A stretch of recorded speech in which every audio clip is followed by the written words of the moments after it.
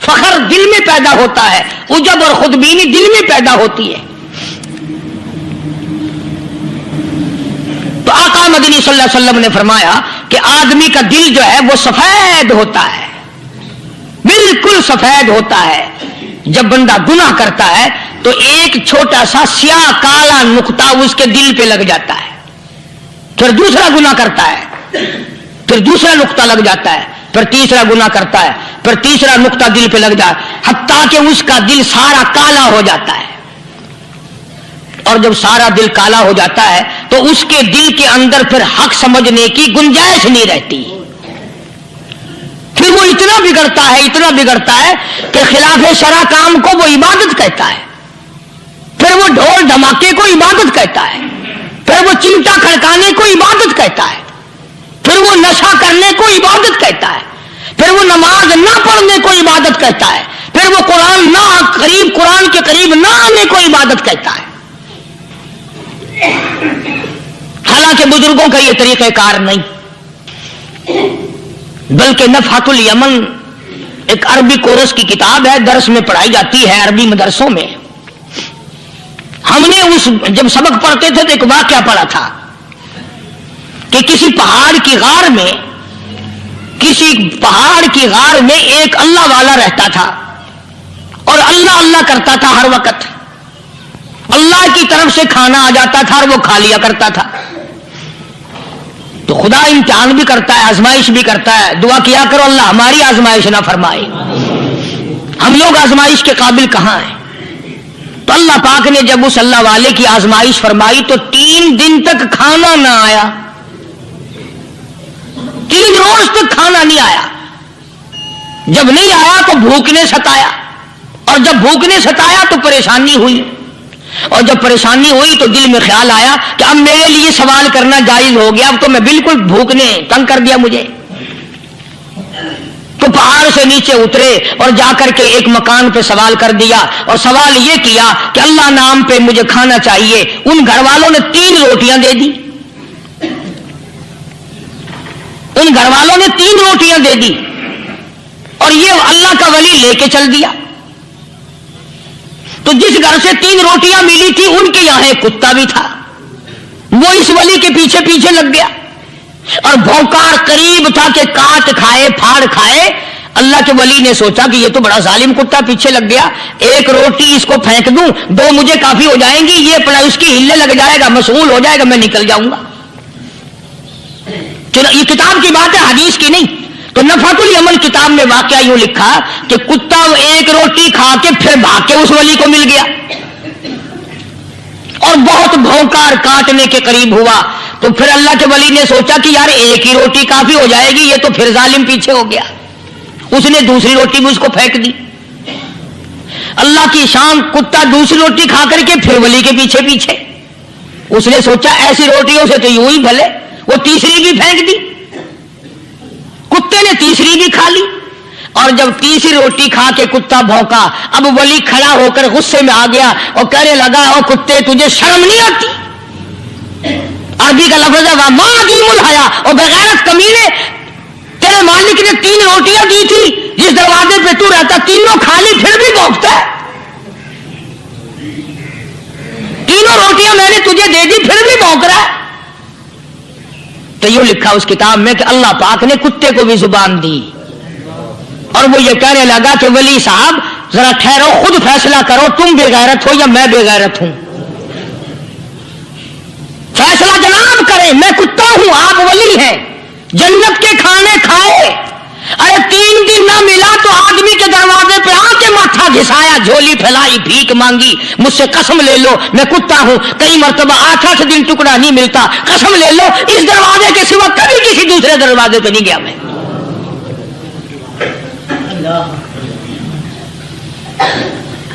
تجربہ کر لو، 3 دن کتے کو ٹکڑا ڈالو، 4تھے دن دم ہلا کر تمہارے پاؤں میں لٹے گا۔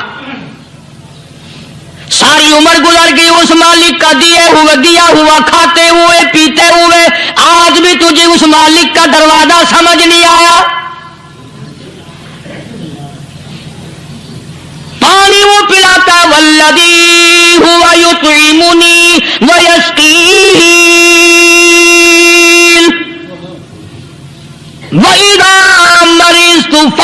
یشفی،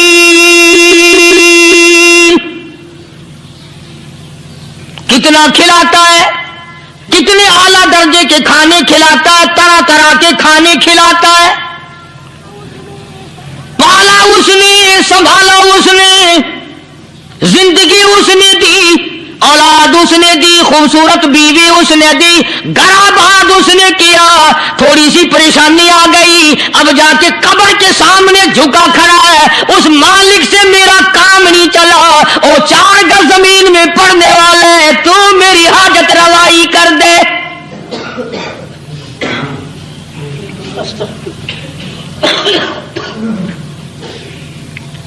کون سے ولی نے یہ تعلیم دی، کون سے ولی نے یہ ترغیب دی؟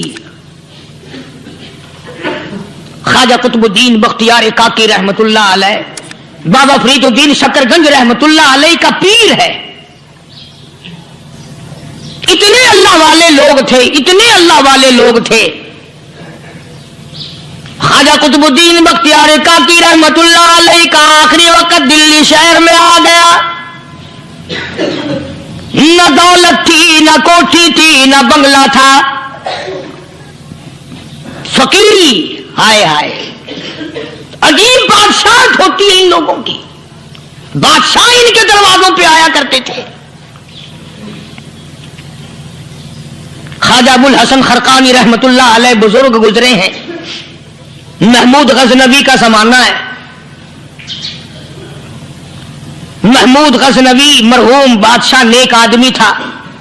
خواجہ ابو الحسن خرقانی رحمت اللہ علیہ کی خدمت میں آیا اور حضرت نے یوں پوچھ لیا، فرمایا محمود 2-4 دن پہلے بھی تو سنا تھا کہ تم ادھر آئے ہو، مجھ سے مل کے نہیں گئے؟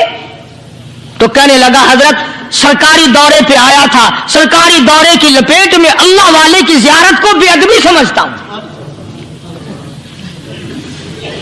اللہ والے کی زیارت کرنے آؤں، کام کوئی اور لے کر آؤں اور اللہ والے کی زیارت کروں؟ میرے نزدیک یہ بے ادبی ہے. فرمایا آج ارادہ کر کے آئے ہو؟ کہ جی ہاں ارادہ کر کے آیا ہوں. باتیں ہوتی رہی. محمود کہنے لگا حضرت آج بہت بڑا کام لے کر آیا ہوں، دعا فرماؤ. سومناتھ کے مندر پہ حملے کا ارادہ ہے. 70 راجاؤں کی فوج آئیں گی، 70 بادشاہوں کی فوج آئے گی، 70 راجا ہندو اپنی فوج لے کر آئیں گے. میں اکیلا مسلمان مقابلے میں آؤں گا. دعا فرماؤ وہ قادر کریم مجھے فتح عطا فرمائے. کیسی نیت لے کر آیا کرتے تھے بادشاہ لوگ فقیروں کے دربار میں. آج تو اگر کسی ولی کے پاس بھی جاؤ گے، میں نے مولانا عبید اللہ انور مدثلو سے پچھلے دنوں عرض کر دیا، میں نے کہا حضرت آپ اپنے گھر میں ہی رہتے ہیں، باہر نہیں نکلتے، کئی دن لوگوں کو نیکی ملے گی، زیارت ہوگی. تو فرمانے لگے قاری صاحب آپ کو کیا پتا ہے، بس اسی کام کے لیے لوگ آتے ہیں. ہماری اینٹ پر دو، ہم نے مکان بنانا ہے، ہمیں دکان کا تعویذ دے دو، ہمارے پیچھے دشمن لگ گیا، ہمارا مقدمہ ہو گیا، اور یوں تو کہنے کوئی بھی نہیں آتا، دعا کر دو اللہ میری قبر میں بھلائی فرما دے.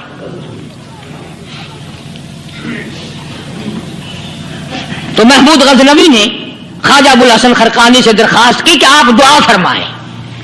اللہ والے نے دعا بھی فرمائی اور اپنا مسلح دے دیا. یوں فرمایا محمود جب مشکل وقت آ جائے اس مسلح پہ کھڑے ہو کر 2 رکعت نماز ادا کرنا. پتا چلا کہ اللہ کی مدد جو ہے وہ نماز کے ساتھ ہے. میں تمہیں بھی بتاتا ہوں، ولی تو میں نہیں. جب بھی کوئی پریشانی آئے، جب بھی کوئی تکلیف آئے، فرمایا استعینوا بالصبر والصلاۃ، نماز پڑھو انشاءاللہ آسانی ہوگی. صبر کر، نماز پڑھ. ان اللہ مع الصابرین، اللہ پاک صبر کرنے والوں کا ساتھی ہے. صبر بھی کرتا جا، نماز بھی ادا کرتا جا. جس سے تیرا بگاڑ ہے یوں بھی سوچتا جا میری طرف سے کوئی ظلم نہ ہو جائے، میں مارا جاؤں گا. اللہ ساتھ لے کر چلا گیا اور اپنی فوج کو لے کر کے سومناتھ کے مندر پہ حملہ کر دیا.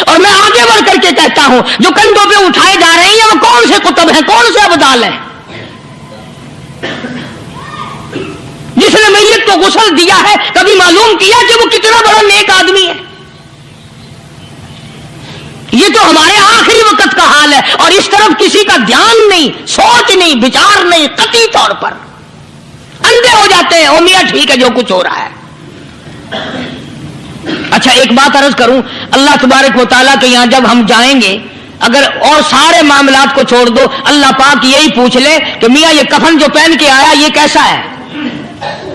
یہ جو کفن پہن کے آیا یہ کیسا؟ ہم کیا جواب دیں گے؟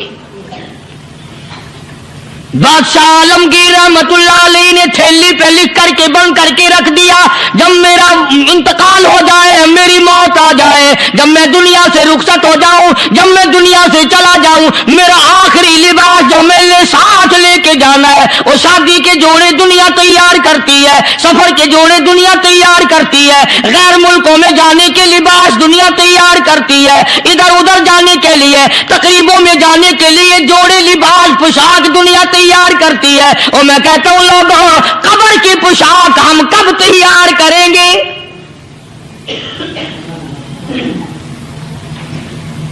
عالمگیر رحمت اللہ علیہ نے خود اپنے کفن کا انتظام کر کے رکھ دیا۔ ہمارے گھروں میں تو اگر کفن کا ذکر کرو تو گھر والے بھی منہ بنائیں گے، چھوڑو تم نے کفن کی باتیں بنانی شروع کر دی ابھی سے ہی۔ اور ایک اور عرض کروں، کفن بھی مقدر والوں کو ملتا، کئیوں کو ملتا ہی نہیں۔ کفن نہیں ملتا، قبر نہیں ملتی، نماز جنازہ نہیں ملتی، غسل نصیب نہیں ہوتا، مقدری سودے ہیں، نہ یہ دولت سے بات بنتی ہے، اور نہ یہ اقتدار سے بات بنتی ہے، اور نہ یہ سرمایہ سے بات بنتی ہے، یہ تو تقدیروں کے مسئلے ہیں جو مالک نے اپنے ہاتھ میں رکھا ہے۔ جناب رسول کریم سب کہہ دو صلی اللہ علیہ وسلم کے سگے چچا، اللہ غنی جنگ احد ہے، امام الانبیاء محبوب کبریا حضرت محمد مصطفیٰ صلی اللہ تعالی علیہ وسلم کو خبر دی گئی آپ کی حالت بھی زخمی ہے، آپ کا چہرہ انور زخمی ہو گیا، آپ کے چہرے میں خود جو سر پہ اوڑھ رکھا تھا اس کے ہلکے کڑیاں چہرے انور کے اندر چلی گئی، نکلتی نہیں، نکالنا چاہتے ہیں، نکلتی نہیں، نکالنے کی کوشش کرتے ہیں۔ ابو عبیدہ بن جراح رضی اللہ تعالیٰ عنہ نے دانتوں میں پکڑ کر وہ ہلکا زنجیر والا کھینچ لیا۔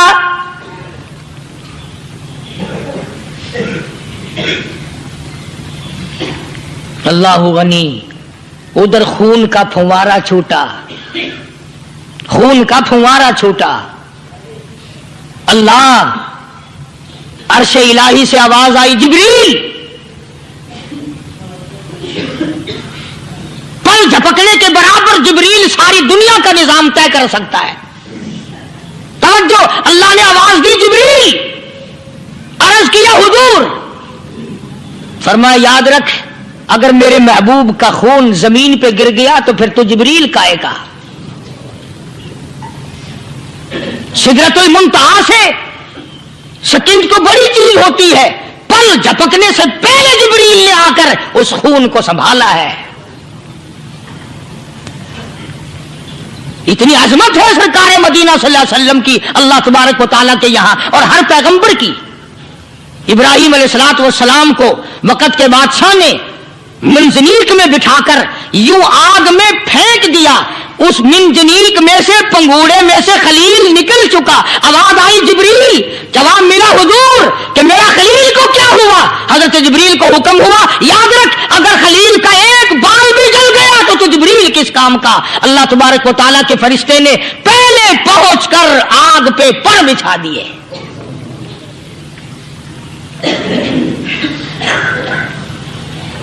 یوسف علیہ الصلوۃ والسلام کو بھائیوں نے کنویں میں پھینکا۔